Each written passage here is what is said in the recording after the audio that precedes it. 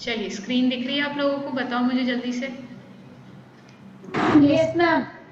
Yes, ma'am. Okay Aditya, Mahi. So the name of the chapter is atoms and molecules. ठीक है, atoms and molecules. अभी तक आप लोग क्या पढ़ चुके हो? अभी तक आप लोगों ने मैटर के बारे में पढ़ा है। मैटर के बारे में मैंने आपको क्या बताया? Matter, anything which occupy space and has mass is matter. ठीक है, आपके आसपास जो कोई भी ऐसी चीज़ जो स्पेस ऑक्यूपाई करती है, जिसका मास होता है, वो मैटर होता है। मैटर की हमने फिजिकल और केमिकल स्टेट्स की बारे में बात किया। फिजिकल स्टेट की मैटर सॉलिड, लिक्विड और गैस में एग्जिस्ट करता है। और केमिकल स्टेट की बात करें, केमिकल क्लासिफिकेशन में उसको हम मैटर को हम एलिमेंट्स, मॉलिक्यूल या कंपाउंड के नाम से जानते हैं।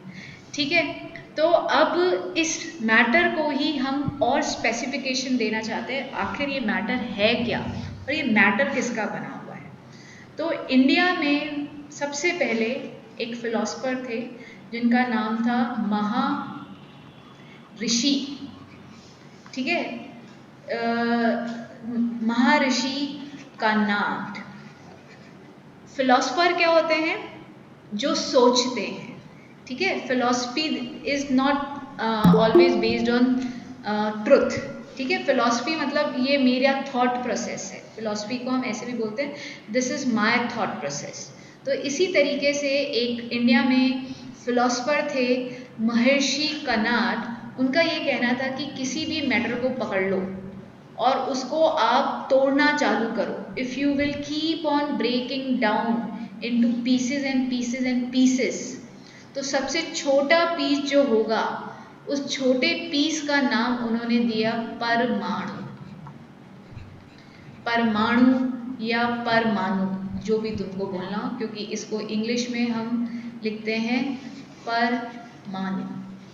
ठीक है, हिंदी में आप लोगों ने परमाणु बम सुना है क्या? परमाणु बम। ठीक है, तो अभी 2 मिनट में पता लगेगा वो परमाणु बम का मतलब क्या होता है। तो जैसे ही ये महर्षि कणाद एक फिलोसफर थे जिन्होंने अपनी फिलॉसफी दी, मतलब दिस वाज हिज सोच।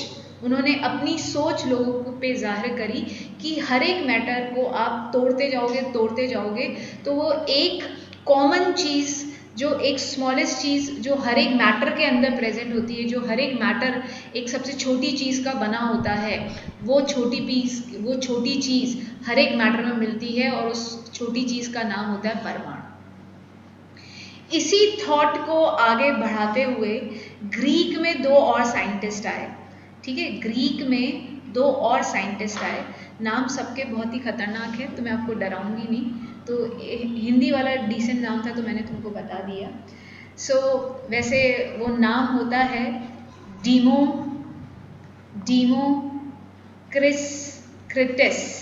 ठीक है, तो this was the name of one of the scientist और लेपोस के दूसरे का नाम था। तो सिर्फ आप सुन लो।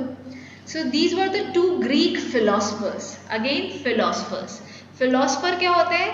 दे आर नॉट साइंटिस्ट। ठीक है, फिलोसफर जो एक अपनी सोच रखते हैं, this is my thought process. ठीक है, दोज आर कॉल्ड फिलोसफर्स। तो उन्होंने भी अपनी एक सोच रखी जो कि बहुत ज़्यादा महर्षि कणाद से मिलती थी। क्या? कि if there is a matter and if you keep on breaking down matter into small pieces then every matter is composed of a very small particle, जिसको उन्होंने नाम दिया एटम। ठीक है, तो हिंदी में एटम को परमाणु बोलते हैं। परमाणु बॉम्ब मतलब एटॉमिक बॉम्ब। ठीक है, एटम बॉम्ब। एटम बॉम्ब सबने सुना है ना, एटम बॉम्ब। तो वो एटम बॉम्ब जो आप बोलते हो उसको हिंदी में परमाणु बॉम्ब बोलते हैं। सो परमाणु is the name of atom in Hindi. जो हिंदी के स्टूडेंट होते हैं वो एटम को बहुत अच्छे से जानते हैं इन द फॉर्म ऑफ परमाणु। जैसे कि आप इतने सालों से एटम तो सुन रहे थे, ऐसे हिंदी के बच्चे शुरू से क्या सुनते हैं? परमाणु। क्या ये बात समझ में आती है? तो वी शुड फील हैप्पी कि सबसे पहले इंडिया के कोई फिलोसफर्स थे जिन्होंने हमको इसके बारे में बताया। ठीक है, जिन्होंने अपनी सोच को आगे रखा एंड बहुत सालों बाद 18th सेंचुरी, ये तो मतलब 500 BC की बात कर रही हूँ, और 18th सेंचुरी में फाइनली इसके बारे में, अभी तक ये सब फिलॉसफी है, फिलॉसफी सोच होती है, इसके बारे में अब साइंटिफिक प्रूफ, इसके बारे में हम स्टडी करना चाह रहे थे कि ये जो सोच है ये काफ़ी हद तक सही है या गलत है, जो एक साइंटिस्ट ही आपको स्टडी करके बताता है। ठीक है, तो अब हम उसके बारे में साइंटिफिक वे में पढ़ना चाहेंगे। किसके बारे में? परमाणु के बारे में, एटम बॉम्ब के बारे में। ठीक है, स्टार्ट करते हैं। तो इसको एटम्स के बारे में आगे पढ़ने के लिए आपको law of combination, chemical combination पढ़ना पड़ता है। ठीक है, this is the beginning of your chapter now, law of chemical combination. इस लॉ ऑफ केमिकल कॉम्बिनेशन में दो लॉज आते हैं। फर्स्ट लॉ होता है law of conservation, conservation of मास। अरे भाई, law of conservation of mass, law of conservation of mass is the first law. ठीक है, एंड सेकेंड लॉ क्या होता है? Law of constant proportion. हर एक को हम काफ़ी डिटेल में डिस्कस करने की कोशिश करेंगे आपके साथ, मैं लिखवाती भी जाऊंगी तो आप लिखते भी जाइएगा। लॉ ऑफ कंजर्वेशन ऑफ मास से हम स्टार्ट करेंगे। लॉ ऑफ केमिकल कॉम्बिनेशन का मतलब क्या है? पहले अगर आपकी गाड़ी इधर ही अटकी पड़ी है तो पहले हम उसके बारे में आपको कुछ बताते हैं। ठीक है, तो लॉ ऑफ केमिकल कॉम्बिनेशन क्या कहता है? नाम लिख लें आपने, ये दो लॉज को हम डिटेल में पढ़ेंगे। लॉ ऑफ केमिकल कॉम्बिनेशन क्या है पहले तो उसके बारे में सुनो। लॉ ऑफ केमिकल कॉम्बिनेशन का मतलब क्या है? अगर एक कोई कंपाउंड है ए और एक कोई कंपाउंड है बी, अगर मैं पानी और ये नमक वमक लूँगी तो तुम घबरा जाओगे, इसलिए मैं ए भी ले रही हूँ। एक कोई कंपाउंड है ए जो कि बी दूसरे कंपाउंड से केमिकली रिएक्ट करता है। केमिकली रिएक्ट का मतलब क्या है? मतलब आप जैसे कि मैग्नीशियम के रिबन को ऑक्सीजन के प्रेजेंस में बर्न करोगे तो केमिकल रिएक्शन होता है। चलो मैं लिख ही देती हूँ। जब मैग्नीशियम के रिबन को ऑक्सीजन के प्रेजेंस में बर्न करते हैं, a new compound with new chemical properties is formed. ठीक है, तो इसी तरीके से एक कंपाउंड ए है और एक कंपाउंड बी है और वो रिएक्ट करके दो नए कंपाउंड सी और डी बना रहे हैं। तो law of chemical combination, chemically मतलब ए और बी केमिकली रिएक्ट करें, उनके बीच में रिएक्शन हुआ और दो नए कंपाउंड बने। तो जब ये केमिकल रिएक्शन होता है जिसके अंदर लेफ्ट हैंड साइड में हम रिएक्टेंट्स बोलते हैं, ये ए और बी दोनों रिएक्टेंट कहलाते हैं और सी और डी प्रोडक्ट कहलाते हैं।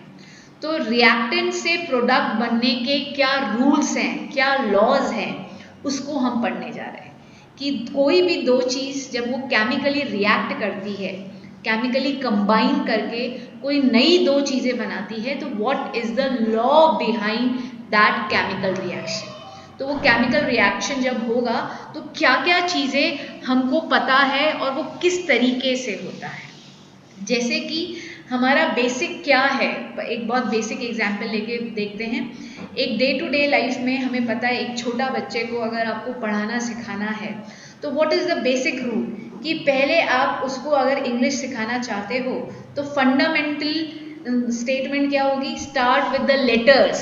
आप उसको ए बी सी डी से फेमिलियर कराओगे, then you will combine the 2 letters 3 letters, आप वर्ड्स पे लेके आओगे, फिर सेंटेंस फॉर्मेशन पे लेके आओगे। This is the basic step. तो इसी तरीके से जब कोई केमिकल रिएक्शन होता है तो केमिकल रिएक्शन के भी कोई बेसिक लॉज है, बेसिक स्टेप्स हैं जो कि वो फॉलो करता है। तो वो ये बेसिक स्टेप्स हैं जिनके बारे में हम पढ़ेंगे। केमिकल रिएक्शन समझ में आ गया? ए और बी केमिकली रिएक्ट करके सी और डी दो नए कंपाउंड बनाते हैं। जैसे कि मैग्नीशियम को, जैसे कि समझो आप लोग मेरे साथ, मैग्नीशियम के रिबन को जब आप आग, ये बर्नर में आग के सामने जलाते हो तो ये मैग्नीशियम ऑक्साइड बनता है। पता है जब ये जलता है तो किसकी आवाज़ आती है? Dazzling light. डेजलिंग लाइट जब फुलझड़ी जलती है तो कैसी आवाज़ आती है, तड़ तड़ तड़ तड़ की। तो ऐसे ही मैग्नीशियम रिबन जब जलेगा तो इसमें किसकी आवाज़ आती है, इसमें आवाज़ आती है तड़ तड़ तड़ तड़ की। और ये एक वाइट कलर का ये जो कंपाउंड बनता है ये वाइट पाउडर बन जाता है। तो बिल्कुल नया कंपाउंड बन गया है। You can see that this is a new compound with new properties. Then please leave it. Then please leave it. This is a new compound with new properties. अब हम फाइनली पहुंचेंगे law of conservation of mass.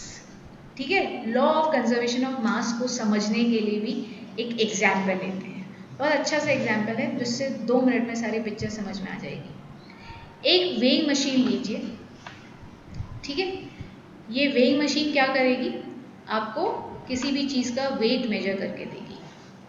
Let's say इस weighing machine पे आपने कुछ लकड़ियाँ रखी, क्या है, वुड लॉग्स है, वुड लॉग्स।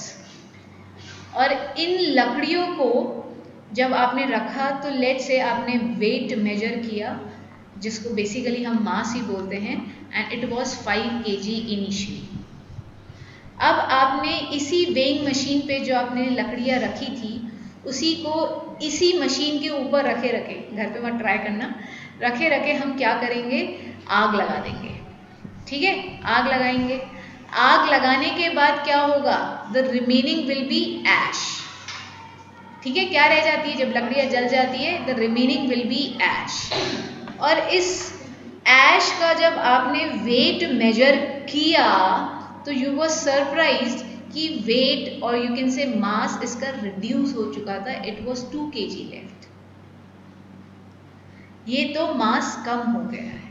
ये स्टोरी मैंने आपको क्यों बताई है, लॉ ऑफ कंजर्वेशन ऑफ मास क्या कहता है, लॉ ऑफ कंजर्वेशन ऑफ मास को हम डिस्कस करने के लिए ये स्टोरी के ऊपर मैं फिर से आऊँगी। लॉ ऑफ कंजर्वेशन ऑफ मास क्या कहता है, लॉ ऑफ कंजर्वेशन ऑफ मास ये कहता है मास can neither be created, mass story लिखेंगे मतलब डेफिनेशन क्या है, मास कैन नीदर बी क्रिएटेड, ना कोई इसके क्रिएट कर सकता है, neither be created nor destroy, ना ही कोई इसको डिस्ट्रॉय कर सकता है, इन अ केमिकल रिएक्शन। किसके अंदर, क्योंकि हम सबकी किस में बात कर रहे हैं, केमिकल रिएक्शन में ही बात कर रहे हैं। तो एक केमिकल रिएक्शन में मास को ना तो आप क्रिएट कर सकते हो ना डिस्ट्रॉय कर सकते हो। ठीक है, अदर वर्ड में, in other words, in other words, what you can say, in other words, mass, the total mass of the reactant, क्या मेरे बच्चे रिएक्टेंट का मतलब समझते हैं, ए का मास प्लस बी का मास। रिएक्टेंट्स क्या होते हैं, जो लेफ्ट हैंड साइड में जितने भी कंपाउंड्स होते हैं वो रिएक्टेंट, जो राइट हैंड साइड में जितने भी कंपाउंड्स होते हैं वो products. The total mass of the reactant is always equal to the total mass of product. इसको बहुत अच्छे से समझेंगे, मास ऑफ प्रोडक्ट। चलिए हम एक एक्सपेरिमेंट कर रहे हैं अभी। डेफिनेशन क्या कहती है, definition law of conservation of मास का ये कहती है कि भैया मास एक केमिकल रिएक्शन में कंजर्व रहता है। ठीक है, मास एक ऐसी चीज है जिसको आप ना तो क्रिएट कर सकते हो और ना ही डिस्ट्रॉय कर सकते हो। मास ना आप क्रिएट कर सकते हो ना nor you can destroy it in a chemical reaction. तो केमिकल रिएक्शन में बेसिकली होता क्या है, रिएक्टेंट साइड का जो टोटल मास होता है वो प्रोडक्ट साइड के टोटल मास के बराबर होता है। अब हमको इसको करेक्ट, अगर ये स्टेटमेंट करेक्ट है, भैया लॉ है ना, तो लॉ तो क्या होते हैं, this laws which you need to be follow. ये लॉ बन चुका है, ये रूल हो गया, ये तो हमको फॉलो करना है। तो अगर ये लॉ है इसका मतलब हर एक केमिकल रिएक्शन इसको फॉलो करेगा। तो हमने क्या लिया थे, 4-5 वुड के लॉग्स लिए थे, उसका इनिशियल मास हमने देखा 5 kg आया था। फिर हमने उन वुड लॉग्स को आग लगा दिया तो हमने देखा मास 2 kg रह गया। अब आपके दिमाग में ये क्वेश्चन आ रहा होगा, मैम आप तो खुद ही लॉ पढ़ाती हो फिर इधर ही अपना लॉ फेल करा रही हो। मैं फेल नहीं करा रही हूँ, तो हम देखें ज़रा मेरा लॉ फेल क्यों नहीं हुआ। तो मेरा लॉ इसलिए फेल नहीं हुआ जब मेरी, ध्यान देंगे केमिकल रिएक्शन है, जब मैं वुड लॉग को जला रही थी, ये जब मेरा वुड लॉग इधर जो पड़े हैं ये जल रहे हैं, ठीक है। तो मेरे एटमॉस्फेयर में क्या है, ऑक्सीजन O2, ऑक्सीजन नेचर में कैसे एग्जिस्ट करती है, O2 इसके पास आता है और वुड का फॉर्मूला क्या होता है, do you know that, C, carbon. ये C और कार्बन के बीच में रिएक्शन होता है और let me change the colour, और ये C और ऑक्सीजन कंबाइन करते हैं और भैया ये तो हवा में उड़ जाते हैं। तो जो मेरा वुड, जो कार्बन डाइऑक्साइड, जो कार्बन था वो कहाँ से आया, ये लकड़ी के अंदर आया और ये कहाँ चला गया, हवा में चला गया। वो तो आपने देखा ही नहीं। आप तो किसको मेजर कर रहे हो, रिमेनिंग को, बट आपका कुछ कार्बन जो 3 किलो कार्बन था वो हवा में कार्बन डाइऑक्साइड बन के उड़ चुका है। तो क्या रिएक्शन में अभी भी मास बराबर है, आंसर इज यस।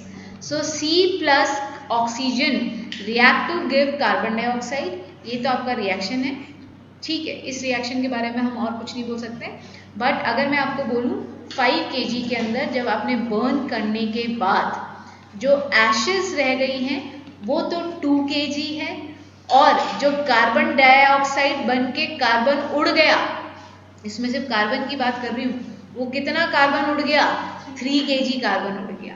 वो आपको दिख ही नहीं रहा, क्यों, क्योंकि फर्स्ट लॉ क्या कहता है, फर्स्ट लॉ तो ये कहता है कि भाई मास को ना तो आप क्रिएट कर सकते हो और ना ही डिस्ट्रॉय कर सकते हो। अब ये थोड़ा सा जो एग्जाम्पल है ये हमें सोच में इसलिए डालता है कि मैम आपने कार्बन जो उड़ी थी कार्बन डाइऑक्साइड बन के, उसको कैसे मेजर किया। चलो छोड़ो, ये रिएक्शन नहीं जानता है, एक और रिएक्शन करके देखते हैं, ठीक है। क्योंकि हवा में उड़ रही है उसको तो मैं मेजर कैसे करूँगी, ठीक है, नहीं कर सकते मेजर। देखो जरा, let's take in some other example. Washing soda, washing soda का फॉर्मूला होता है Na2CO3। आपको नहीं पता है, मैं बता रही हूँ, जिसको हम, जिसका केमिकल नेम होता है सोडियम कार्बोनेट। अब वो दिन दूर नहीं जब आप लोगों को ये नामों की ज़रूरत पड़ने वाली है और आपको याद होने वाले हैं, ठीक है। तो मैं पूरे 4 महीने से आपको थोड़े नाम याद कराने की कोशिश कर रही थी, ठीक है। तो सोडियम कार्बोनेट वॉशिंग सोडा होता है। वॉशिंग सोडा जो आपके घर में वॉशिंग पाउडर जो होता है उसका फॉर्मूला होता है Na2CO3। और एक हम लेते हैं विनेगर, विनेगर रहने दो, और तुम्हें क्या पता है, CuSO4। CuSO4 ब्लू कलर का सोल्यूशन होता है, ब्लू कलर के क्रिस्टल्स होते हैं, ये ब्लू कलर के क्रिस्टल्स होते हैं, इसको हम बोलते हैं कॉपर सल्फेट। कॉपर सल्फेट ये इसका केमिकल नेम होता है। अब मैं कर क्या रही हूँ, I'll take, ये लिख लिया आप लोगों ने, मैं ऊपर जाऊंगी तो जल्दी से लिखो। I'll scroll it up, done, okay good। Anushka तुम मुझे Yes, सुनती ma'am, हो done। या लिखने में बिलीव करती हो, हैं? चलो okay, now I'll take a conical flask, एक कॉनिकल फ्लास्क लो, ठीक है। इस कॉनिकल फ्लास्क के अंदर जो आपका थोड़ा सा पानी डालो और उस पानी के अंदर Na2CO3 को डिजोल्व करा लो। वॉशिंग सोडा आपका पानी में घुल जाता है, ठीक है। Now take a test tube, उस टेस्ट ट्यूब में थोड़ा सा पानी डालो और CuSO4 जब आप डालोगे तो ये पानी, ये देखो ब्लू कलर का बना देते हैं, CuSO4 ब्लू कलर का पानी बन जाएगा। अब इस टेस्ट ट्यूब को हम धागा लगाएंगे, यहाँ पे ये मैंने धागा लगाया और इस धागे को पकड़ के मैंने बाहर निकाल दिया, लटक रहा है ऐसे, और यहाँ पे मैंने अपनी कॉर्क लगा दी। मतलब कुल मिला के इसको दबा दिया इस धागे से सो दैट ये टेस्ट ट्यूब ऐसे की ऐसे ही रहेगी। ठीक है, और इस पूरे इंस्ट्रूमेंट को मैंने वेइंग मशीन पे रखा और इन दोनों का इनिशियल वेट मेजर कर लिया, लेट्स से 5 kg। ठीक है, 2 kg 1 kg इसका और 4 kg आपका वॉशिंग सोडा। अब कर लिया आपने मेजर। सेकेंड केस क्या करना है, अब इस कॉर्क को थोड़ा सा लूज कर दो। कॉर्क को लूज करोगे धागा अंदर गिरेगा, धागा अंदर गिरेगा, टेस्ट ट्यूब का सोल्यूशन किसके साथ रिएक्ट करेगा, Na2CO3 COSO4 के अंदर मिक्स हो गया। A chemical reaction will take place and a new substance with new properties will form, Na2SO4 plus CO3 whole twice बन जाएगा। ठीक है, तो what did you notice, जब ये इसके अंदर गिर गई और सोल्यूशन मिक्स हो गया, ठीक है, ये उसके बाद का, ये इसके अंदर गिरने के बाद ये पूरा सोल्यूशन आपका ब्लू कलर का हो जाएगा। जब ये इसके अंदर मिक्स हो गया सोल्यूशन तो आपने फिर से वेट देखा। Now again the total wait was 5 kg। क्या हमको यही चाहिए था? रिएक्टेंट से पहले रिएक्शन केमिकल रिएक्शन होने से पहले वेट क्या था? 4 + 1 5 kg। ठीक है, इसका वेट 4 kg था। ठीक है, इसका वेट 1 kg था। अब ये दोनों ने मिलके दो कंपाउंड बनाए, copper carbonate and sodium sulphate. इस मिक्सचर, ये जो दो कंपाउंड बने इनका टोटल वेट कितना है? 5 kg। ये दोनों रिएक्टेंट का 5 और दोनों प्रोडक्ट का 5 टोटल वेट। बिकॉज हमने डेफिनेशन में क्या लिखा था? The total wait. हो सकता है कि आपका कॉपर सल्फेट इस केस में 2 kg बना हो और सोडियम सल्फेट और कॉपर कार्बोनेट आपका 3 kg बना है। हमें उससे कोई मतलब नहीं है। We are talking about the total weight of the reactant and the total weight of the product. Law of conservation of momentum में क्या बात करते थे हम? यही तो बोलते थे, total initial momentum and total final momentum. इसी तरीके से कुछ बात कर रहे हैं। तो रिएक्शन से पहले दोनों रिएक्टेंट का टोटल वेट 5 kg था। रिएक्शन हुआ, दो प्रोडक्ट बने, उन दोनों का टोटल वेट अभी भी 5 kg है। Is this experiment prove that कि law of conservation of mass follow होता है? Answer is yes. Answer is yes. बताओ, इतनी सारी स्टोरी सुनी, समझ में आई क्या? कुछ बच्चे लिख रहे हैं, लिख लो, फिर मुझे चैट विंडो पे रिप्लाई करना। ठीक है,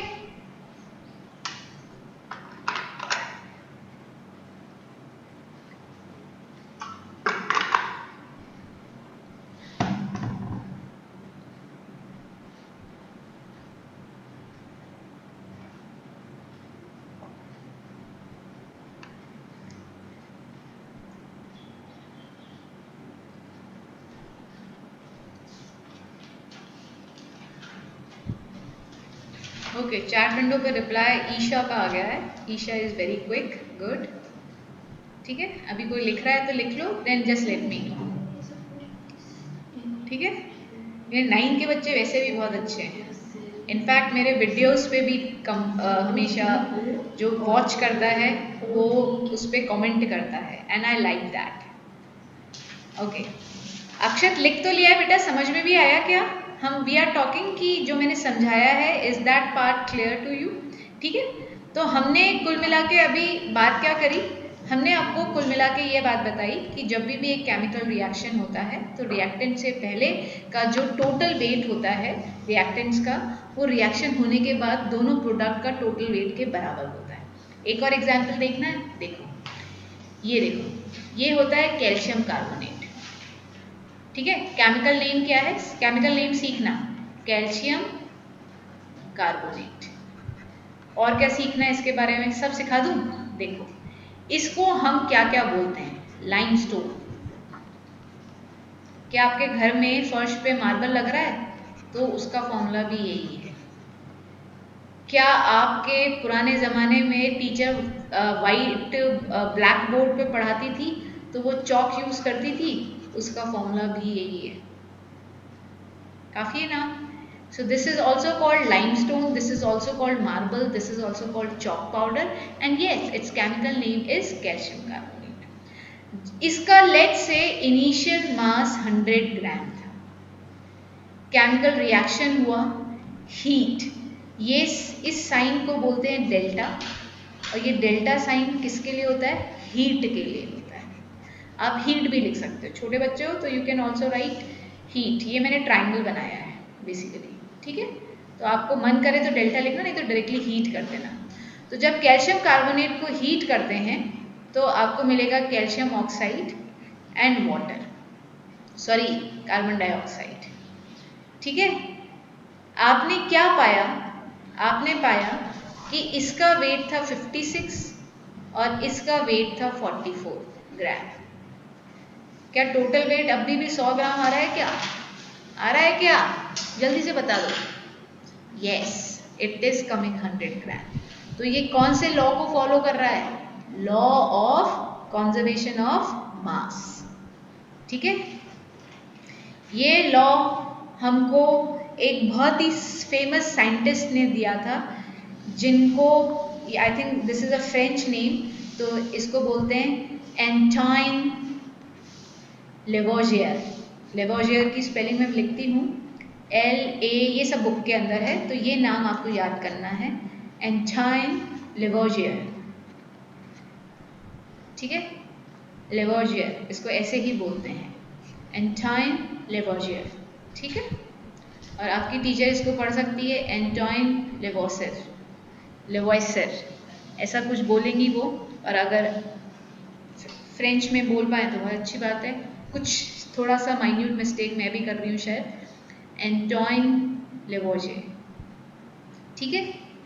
so this law was given by this scientist. तो ये आपकी NCERT में है। हमारे इस बार MCQ आते हैं स्कूल के पेपर में, तो we have to learn this name, ठीक है? जो नेम आपको याद करना है वो मैं आपको बता रही हूँ। वो पहले वाले महर्षि कनाद, और हमने वो लिपोक्स्टर लिखा था और डेमोस्ट्रेस लिखा था, डेमोक्रेटस। तो डेमोक्रेटस और ये सब आपको याद नहीं करने थे तो मैंने लिखे भी नहीं, बट ये नाम आपको याद करना है, because this can be asked in your MCQ question की law of conservation of mass was given by which scientist. तो वो साइंटिस्ट को भूल जाओगे तो फिर कौन बताएगा, है ना? तो देखो जरा, क्लियर है? Is this clear to everyone in the class? Shall I move on? Good. ये लिख लो, मैं थोड़ा सा ज़्यादा एक्सप्लेनेशन दे रही हूँ, ठीक है? जिससे कि आपको चीज़ें बहुत अच्छे से समझ में आ जाए। रिएक्शन भी मैंने 2 लिखवाए हैं।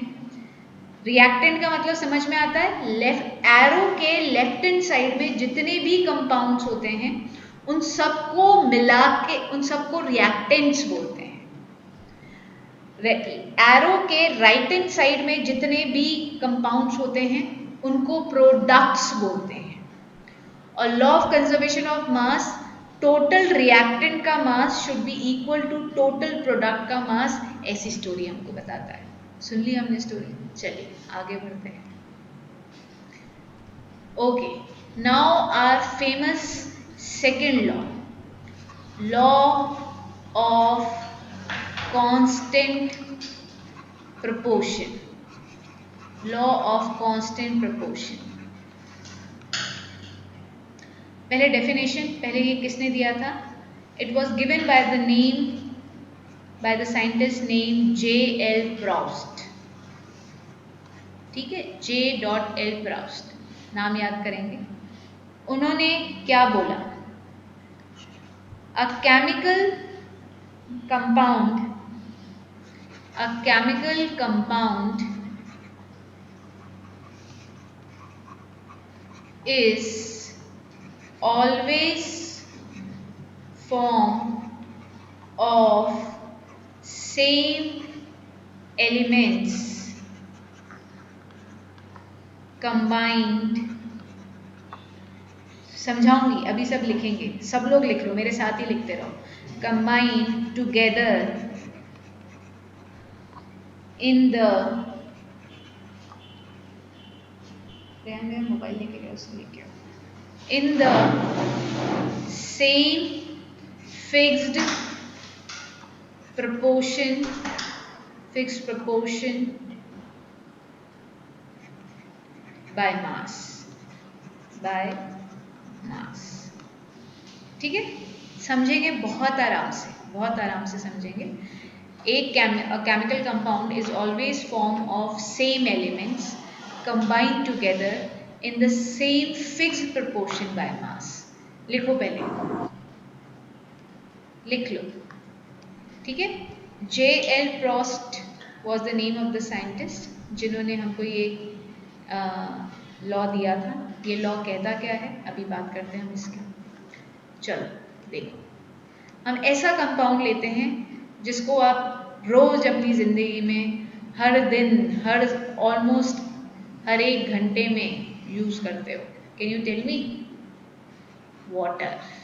ठीक है, किसी ना किसी फॉर्म में पानी आपसे कनेक्टेड रहता है, चाहे आप when you sweat, when you drink, somehow water is connected in your life. तो now since you all people know water is made up of two atoms और two type of atoms, hydrogen and oxygen. क्या मैं carbon और oxygen को मिला के पानी बना सकती हूँ? नहीं, नो मैम। No ma'am. ठीक है, तो आपको ये पता है कि पानी बनाने के लिए हाइड्रोजन और ऑक्सीजन ही चाहिए। Let's take in one more example. किसी के घर में विनेगर है क्या? चाइनीज किसके घर में बनता है? मेरे घर में बनता है। मैम है, घर पे विनेगर है। विनेगर है। माही सेइंग कि उसके घर पे विनेगर है। गेम खेला?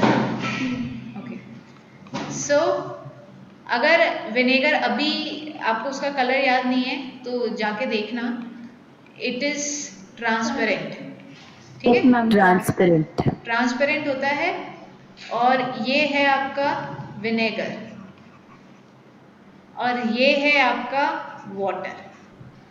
अब दो बीकर्स में आपके सामने without label, there is no label on these beakers, और इस एक में विनेगर है, एक में वाटर है। How do you come to know? कैसे पता लगेगा? सबसे पहला तो बेस्ट क्या है, पी के देख लो। ठीक है, पी के देखोगे तो पता लग जाएगा कि भाई मैम इनका टेस्ट डिफरेंट है। ठीक है, ये इनका फिजिकल अपीयरेंस तो बहुत ही ज़्यादा सिमिलर है, दे बोथ आर ट्रांसपेरेंट। इनका केमिकल नेचर भी डिफरेंट होता है। ठीक है, और टेस्ट डिफरेंट होने का रीज़न क्या है? टेस्ट डिफरेंट होने का रीज़न मतलब ये है, ये दोनों कुछ डिफरेंट चीज़ों से बने हुए हैं। अगर पानी और विनेगर जो कि दिखने में सेम है, अगर वो सेम चीज़ों से ही बने होते तो उनका टेस्ट भी सेम ही होना चाहिए था, हाँ या ना? नमक का टेस्ट सॉल्टी क्यों होता है? नमक को सॉल्टी टेस्ट ही बोला जाता है। ठीक है, और शुगर का टेस्ट स्वीट क्यों होता है? दोनों के, अगर मैं शुगर क्रिस्टल्स को पाउडर फॉर्म में कन्वर्ट कर दूंगी, would you be able to distinguish between sugar और salt crystals? No. But when you taste you say कि मैम ये नमक है और ये चीनी है। क्यों? Again these are two compounds which appear same but they should have some different atoms in them।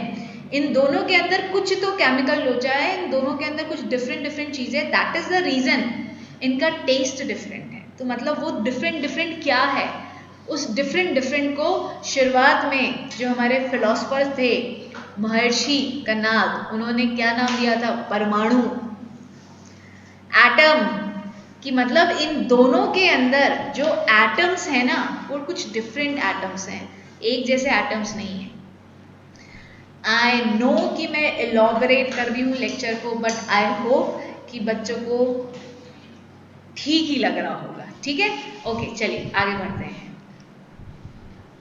आपके स्कूल में जब ये टॉपिक होगा तो teacher will take 10 to 15 minutes, क्योंकि वो सिर्फ डेफिनेशन शायद लिखवा के आपको आगे बढ़ जाएगी। लेट मी नो जब आप स्कूल में पढ़ो, कि मैं अभी आपको बता देती हूँ, इट इज़ हमने एग्जैक्टली 15-12 पे लेक्चर स्टार्ट किया था, इट इज़ 15:48। तो और अभी मैं law of conservation of momentum को लॉ ऑफ कांस्टेंट प्रोपोर्शन को समझा रही हूँ। तो ये जब 2 टॉपिक खत्म हो जाएंगे, लेट मी नो कि स्कूल में कितनी देर में हुए थे। तो लॉ ऑफ कांस्टेंट प्रोपोर्शन में सबसे पहली चीज आपने लिखा है इन अ केमिकल कंपाउंड, मैंने वो केमिकल कंपाउंड लिखा है H2।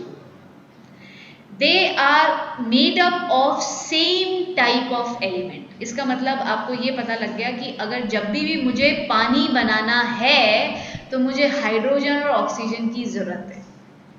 क्या कार्बन, सल्फर, नाइट्रोजन से काम चल जाएगा? क्या बन जाएगा पानी? Answer is no. So whenever I am forming water, अगर मेरे को स्पेसिफिकली पानी बनाना है तो हर बार मेरे को सिर्फ 2 ही तरह के एटम्स चाहिए, हाइड्रोजन के और ऑक्सीजन के। ये चीज मैंने फिक्स कर ली है। अब डेफिनेशन का बचा हुआ पार्ट क्या है? In a chemical compound it has always the same elements which combine by fixed proportion by mass. इसका मतलब क्या है कि ये हमेशा फिक्स प्रोपोर्शन बाय मास से ही कंबाइन होते हैं। इसका मतलब क्या है? देखो जरा, हाइड्रोजन का मास होता है 2 ग्राम्स। हाइड्रोजन के एक एटम का मास होता है 1 ग्राम। हाइड्रोजन के यहाँ पे 2 एटम्स लगते हैं तो टोटल मास हो गया 2 ग्राम्स। और ऑक्सीजन तुम्हें पता नहीं है, 3rd 4th चैप्टर में तुम्हें याद हो जाएंगे ये मासेस। और ऑक्सीजन के एक एटम का मास होता है 1 एटम ऑफ O का मास होता है 16 ग्राम्स। ठीक है, तो अगर मैं 2:16 को सिंपलेस्ट फॉर्म में लिखूंगी तो क्या आएगा? 1:8। ठीक है, चलो इसकी भी एक स्टोरी बनाते हैं, शायद उससे बेटर रहेगा। ठीक है, ये 1:8 को यहाँ पे रहने देते हैं, इस पे अपन फिर से आएंगे। ओके, पानी में अभी तक मुझे ये पता लग गया है कि पानी में मुझे हाइड्रोजन चाहिए, ऑक्सीजन चाहिए। अब मुझे ये हाइड्रोजन और ऑक्सीजन को क्या करना है? सेपरेट करना है पानी में से। क्या करोगे तुम लोग? मैम हीट पास करो। अरे तो हीट पास करेंगे तो पानी स्टीम में कन्वर्ट हो जाएगा, और स्टीम का फॉर्मूला भी क्या होता है? H2O। तो मतलब पानी में से हाइड्रोजन और ऑक्सीजन अलग नहीं हुए। तो एक बच्चा कहेगा मैम मैं इधर से खींचता हूँ पानी को, आप इधर से खींचो, तो हो जाएंगे क्या? तो भी नहीं होंगे। तो कैसे सेपरेट होते हैं? तो आपको क्या करना है? You will take a beaker, उस बीकर में आप थोड़ा सा पानी डालोगे, वाटर, और उस पानी के अंदर एक इलेक्ट्रोलाइट डालोगे। Do you know the meaning of electrolyte? Electrolyte का मीनिंग पढ़ा है क्या? नहीं पढ़ा? चलो NaCl डालो। अगर इलेक्ट्रोलाइट का मीनिंग नहीं पता है तो इलेक्ट्रोलाइट वो सब्सटेंस होता है जो कि पानी के अंदर जाके चार्ज इनिशियल चार्ज को प्रोवाइड करता है। ठीक है, इलेक्ट्रोलाइट प्रोवाइड इनिशियल चार्ज। तो तुमने थोड़ा सा नमक डाल दिया, हमने ये 2 इलेक्ट्रोड्स लिए, 2 इलेक्ट्रोड्स, एक पॉजिटिव और एक नेगेटिव। ठीक है, और ये पॉजिटिव है और ये नेगेटिव है, और इनको एक बैटरी से कनेक्ट कर दिया तो करंट फ्लो होगा। इधर जो बीच में कनेक्शन नहीं है 2 इलेक्ट्रोड के, इधर इलेक्ट्रोलाइट है जिसने फ्री चार्ज प्रोवाइड कर दिया है। तो ये पूरा पाथ कंप्लीट हो गया। तो आप थोड़ी देर बाद क्या देखोगे? इन 2 इधर बबल्स बनना चालू होंगे।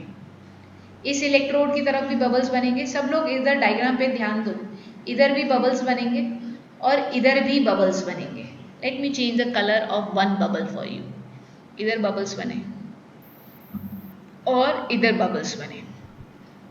ठीक है, ये बबल्स बन गए। आपने क्या देखा? आपने ये देखा कि क्योंकि मैं इधर कलर चेंज कर रही हूँ तो फिलहाल इसमें तो देख के बता सकते हो कि मैम काले कलर के जो आपके बबल्स हैं ना वो ज़्यादा है एज कम्पेयर टू लाल कलर के बबल्स।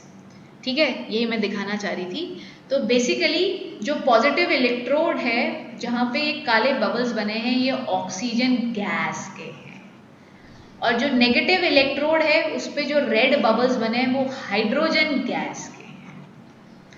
आप इनिशियली जो पानी लेके चले थे ना उसका मास आपने मेजर कर लिया था 16 ग्राम। कर सकते हैं ना पानी का मेजर। और आपने इसके ऊपर इन्वर्टेड ट्यूब रखी थी। इन्वर्टेड ट्यूब क्या करती है, वो गैस को कलेक्ट कर लेगी, ऑक्सीजन गैस को और हाइड्रोजन गैस को। और ये दोनों गैसेस जब आपने कलेक्ट करी, इन दोनों गैसेस को भी मेजर कर लिया। इसमें O2 थी, इसमें H2 थी। इसका मास आपको मिला ये 18 ले लो, ठीक है। इसका मास मिला आपको 16 और इसका मास मिला 2 ग्राम, ठीक है। इसका मास मिला 2 ग्राम। तो व्हाट डिड यू नोटिस कि हम पानी कितना लेके चले थे, 18 ग्राम, और फाइनली वापस से कितना मिल गया, 16 और 2 को ऐड करोगे तो क्या मिलेगा, 18 मिलेगा। यस, ये तो हमने ये सेपरेट कर दिया है। ये फिर से हमारा लॉ ऑफ कंजर्वेशन ऑफ मास को भी बता रहा है। ये रिएक्शन समझ में आ रहा है क्या, फिर से बताऊं। पानी को केमिकली सेपरेट करने, water is made up of hydrogen और ऑक्सीजन। हाइड्रोजन और ऑक्सीजन को सेपरेट कैसे करते हैं, बाय इलेक्ट्रोलिसिस। इलेक्ट्रो, ये कुछ भी बुक में नहीं है, मैं एक्स्ट्रा पढ़ा रही हूँ, मैं पहले ही बता देती हूँ आपको। अगर एक्स्ट्रा नॉलेज रखने में बिलीव करते हो तो दिस इज फॉर यू, ठीक है। कि कुछ स्कूल में फ्लॉन्ट करना हो, किसी बच्चे को सिखाना हो तो सिखा देना कि पानी को कैसे, पानी में हाइड्रोजन और ऑक्सीजन को कैसे सेपरेट करते हैं। तो this is the method electrolysis by passing electric current. Electrolysis का मतलब क्या होता है, पानी में वाटर करंट को पास करना, इन वाटर पास करंट, ठीक है। उस प्रोसेस को बोलते हैं इलेक्ट्रोलिसिस, पास करंट, ठीक है। आपको ऑक्सीजन और हाइड्रोजन मिल गई। तो आपने देखा, ये लिख रहे हो क्या आप लोग, बताओ मुझे, फिर मैं आगे बढ़ूंगी। वाओ, देखो मैंने बोला था ना कि इस टाइम पे किसी की मीटिंग नहीं छूटती है, अभी तक किसी की भी नहीं छूटी है। Good, very good. हाँ हाँ बोलो ईशा, क्या बोल रहे हो। मैम जो वाटर होता है हाइड्रोजन ज्यादा होता है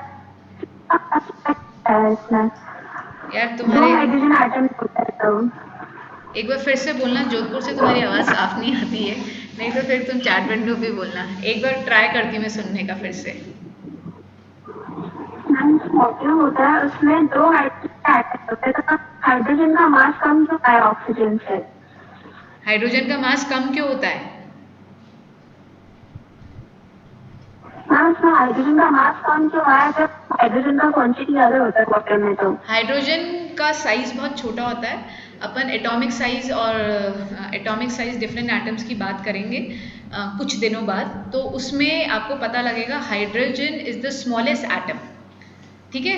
तो हर एक एटम, हाइड्रोजन हो, ऑक्सीजन हो, नाइट्रोजन हो, क्लोरीन हो, हर एक एटम का मास डिफरेंट होता है। तो हाइड्रोजन के एक एटम का मास ही 1 ग्राम होता है, ठीक है। अगर हाइड्रोजन के एटम का ये साइज है ना बेटा, तो ऑक्सीजन का नेचर में एटम का साइज ये होता है। Can you imagine the figure, ठीक है। तो इतने से मास में जो इतने से साइज में जो हाइड्रोजन का मास होता है वो 1 ग्राम होता है एक हाइड्रोजन के एटम का, और ये ऑक्सीजन के एक एटम का मास ही 16 ग्राम होता है। दोनों के साइजेस में डिफरेंस होता है। और साइज में डिफरेंस क्यों होता है, मास में डिफरेंस क्यों होता है, वो अभी जो हम पढ़ेंगे 3rd 4th चैप्टर, उसके अंदर सारी चीज क्लियर हो जाएगी बहुत बढ़िया तरीके से।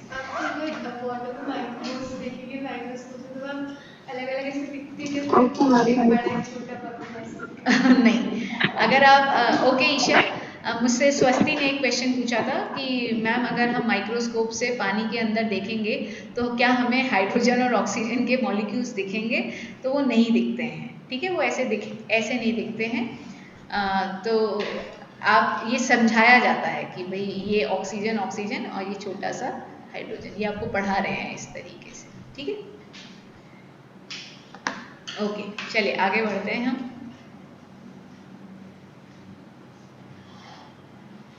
तो हम कुल मिला के बात जो हमारी कर रहे थे वो फिर से आते हैं। वाटर बनाने के लिए मैंने आपको जैसा कि बताया कि हाइड्रोजन मुझे हमेशा कितनी चाहिए, फिक्स कर दिया आपने। एक हाइड्रोजन का मास 1 ग्राम होता है, तो दो का कितना होगा, 2 ग्राम चाहिए। ऑक्सीजन के एक एटम का मास ही 16 ग्राम होता है, तो कितनी चाहिए, 16 ग्राम। अब हम एक क्वेश्चन पे आएंगे तो ध्यान रखना। तो इनका फिक्स प्रोपोर्शन बाय मास कितना हो गया, हाइड्रोजन और ऑक्सीजन का सिंपलेस्ट रेशियो क्या हो गया 2:16 दैट इज 1:, कौन है भाई, 1:8। ये फिक्स मास है, फिक्स प्रोपोर्शन बाय मास है। तो अगर मैं तुमसे पूछूं, पहले तो मैं खुद करके दिखाऊंगी और लेट मी नो आपको मेरी बात समझ में आ रही है क्या। 1:8 का मतलब क्या है? इसका मतलब ये है कि मुझे ये पता लग गया कि अगर मेरे पास 2 ग्राम हाइड्रोजन है, if I have 2 gram of hydrogen, तो how much oxygen are required to form a water molecule? बताओ, 16 ग्राम। सिंपलेस्ट रेशियो जब भी बनेगा ना। ये तो बहुत सिंपल सा क्वेश्चन था। अगर मेरे पास 10 ग्राम ऑफ, सब लोग अब बोर्ड पे ध्यान दो, 10 ग्राम ऑफ हाइड्रोजन है, तो how much oxygen is required? ये x ग्राम बताओ। तो पता है इसको कैसे लिखते हैं? H/O किस रेशियो में होता है? 1/8। तो हाइड्रोजन 10 है तो ऑक्सीजन कितनी होगी? x होगी, हाँ या ना? और ये 1:8, ये तो फिक्स्ड ही है, तो क्रिस क्रॉस कर दो। क्रिस क्रॉस करोगे तो x ऊपर आ गया और 8 10 से मल्टीप्लाई हो गया, मतलब आपने कितना बता दिया? 80 ग्राम्स। अब फिर से हाइड्रोजन और ऑक्सीजन जो आपको गिवन है, हाइड्रोजन 10 ग्राम और ऑक्सीजन जो आपने निकाली है 80 ग्राम, फिर से रेशियो कितना आ रहा है? 1:8। समझ में आया? चलो एक और एग्जाम्पल लेते हैं। ये लिखो, मैंने आपको बता दिया है कि जब भी मुझे वाटर बनाना है तो 1 पार्ट मुझे हाइड्रोजन चाहिए, 8 पार्ट उसका मुझे ऑक्सीजन चाहिए। ये रेशो फिक्स्ड है। अगर ये रेशो में हाइड्रोजन ऑक्सीजन होंगे तो ही मैं पानी बना सकती हूँ, otherwise I won't be able to form water. This ratio is fixed. फिर मैंने आपको एक क्वेश्चन दिया, this is one of the question.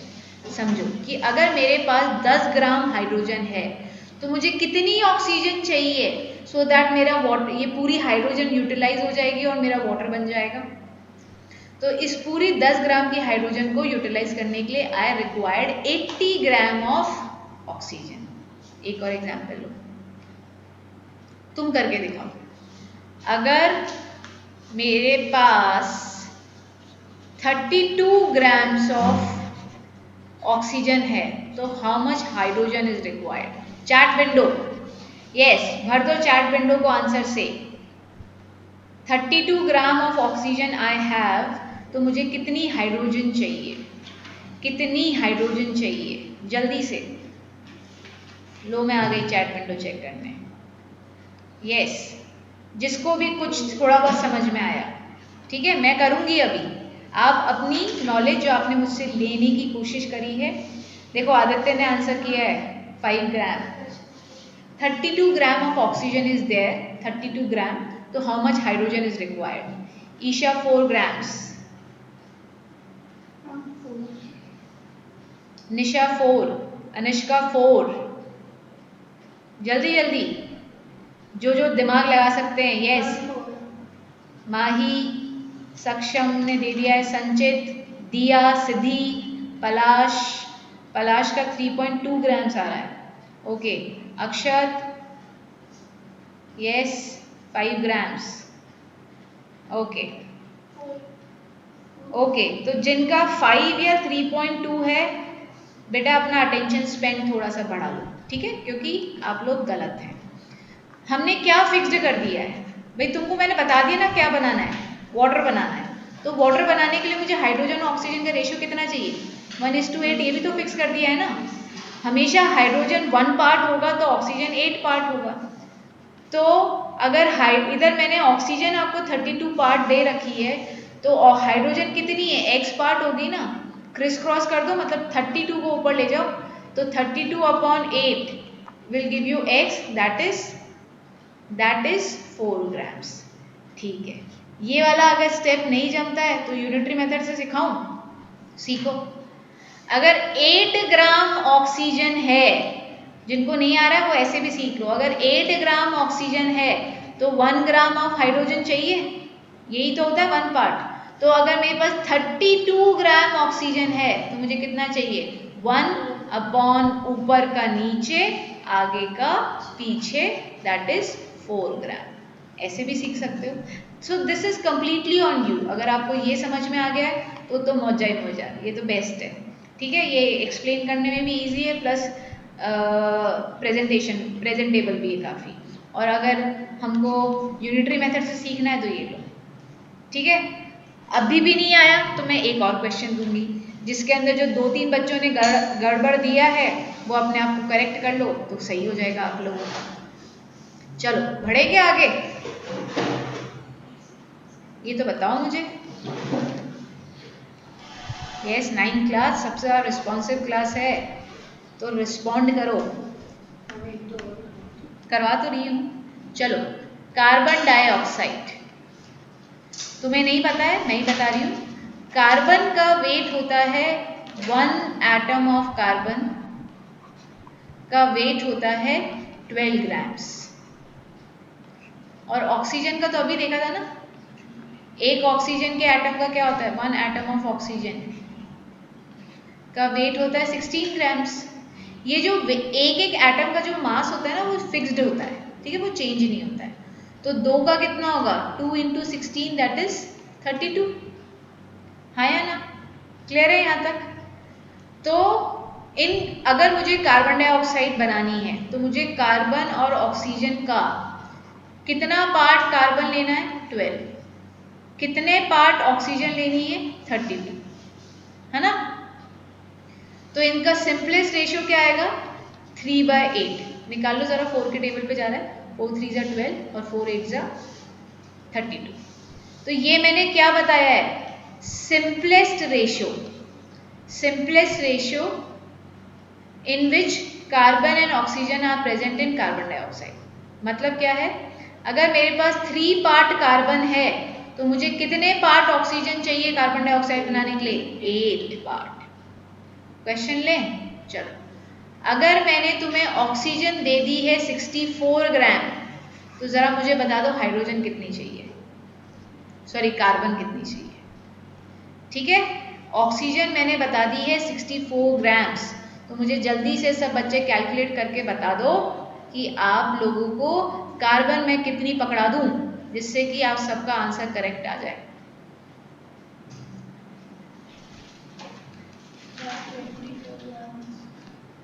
भाई मेरी क्लास में तो आंसर आ गया है, तो मैं अपनी चैट विंडो पे देख रही हूँ, अगर अभी तक किसी ने आंसर नहीं किया है। ऑक्सीजन का मास है 64 ग्राम्स। दिया ने आंसर किया है सबसे पहले 33, 24 ईशा। अरे अनिष्का बेटा कार्बन डाइऑक्साइड में कर रहे हैं, अनिष्का अच्छा 24 लिख दिया है। सक्षम 21। बहुत सारे अलग अलग आंसर आ रहे हैं। चलिए करो सब लोग करो। संचित नहीं बैठा क्या क्लास में, संचित पार्टिसिपेट ही नहीं कर रहे बेटा। यस आयुषी, सिद्धि, पलाश आंसर करो। ईशा, माही, प्रियांशी,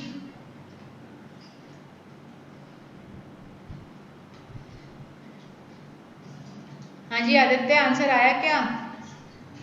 सक्षम ने आंसर नहीं दिया है क्या, दे दिया है? Ma'am please repeat. 64 gram of oxygen है बेटू, तो कितनी ग्राम मुझे कार्बन चाहिए?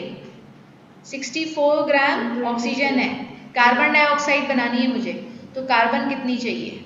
ठीक है मैम दे दिया मैंने आंसर। ओके, चलो देखते हैं। चलो देखते हैं, कार्बन और ऑक्सीजन का रेशियो कार्बन डाइऑक्साइड में कितना है? 3/8। कार्बन मुझे निकालना है तो मैं उसको x मान लूंगी, और ऑक्सीजन मुझे 64 पता है, तो 64 को ऊपर लेके चले जाओ, तो 3 × 64। वो बच्चे बेकार काम करेंगे जो कि मल्टीप्लाई करेंगे। क्यों करना, तुम इजी बनाओ ना, तुम डिफिकल्ट क्यों बना रही हो? तो 8 और 64 कैंसिल आउट हो गया, तो x की वैल्यू 24 ग्राम्स। वेरी गुड बच्चों, सब लोगों ने काफ़ी अच्छा ट्राई किया और काफ़ी लोगों का आंसर करेक्ट भी आया है ना। तो 24 ग्राम्स, बहुत बढ़िया। अपने आप को एक पेट कर दो सब लोग अपने, जिनका आंसर करेक्ट है। ठीक है, तो डिड यू गेट, देखो हमारी क्लास में तो बच्चों ने कर दिया अपने आप को।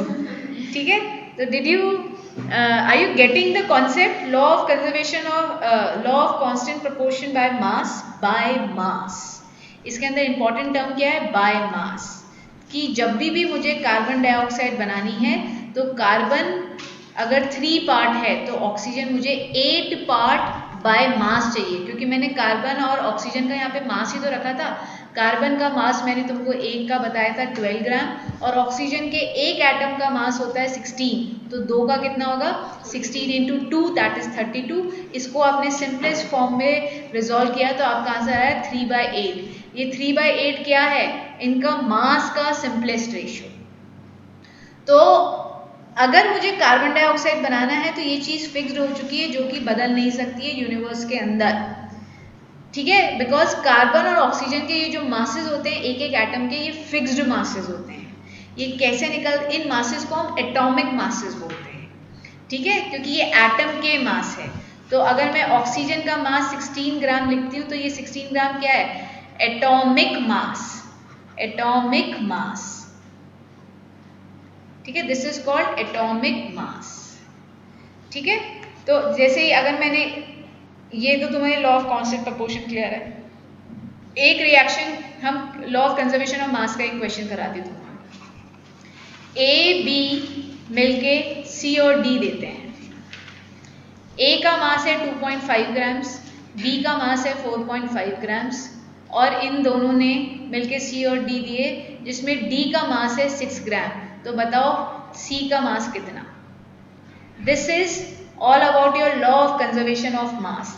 तो अभी पता लग जाएगा कितने लोगों को मेरी स्टोरी या मेरी थ्योरी या मेरा कॉन्सेप्ट पढ़ाया हुआ समझ में आया। मैं ये बता ही नहीं रही कि ये कैसे आएगा, ठीक है।